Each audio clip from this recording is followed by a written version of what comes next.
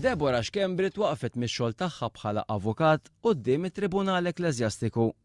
Il-Prim Imħallef tal-Qorti tal-Knisja Monsinjur Arthur Sajt Pulicino jgħid li dan ġara minħabba l-irwol pubbliku tagħha favur id-divorzju.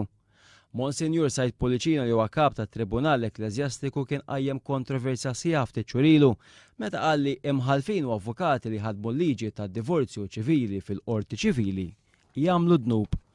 Minkejja li anke ltaqgħet mal-Arċisqof Paul Cremona l-informali ser jieħu l-każ il-Vatikan dwar dan l-istess każ sal-lum Deborah Xkembri għadha ma semgħat xejn. Hija għamlet ċara li qatt ma ħaditha kontra l-obbligi reliġjużi ta' żwieġ bil-Knisja li ma jinħallx u tagħmel differenza bejn żwieġ reliġjuż u żwieġ ċivili. Xkembri qalet li trid id-divorzju ċivili għal żwieġ ċivili.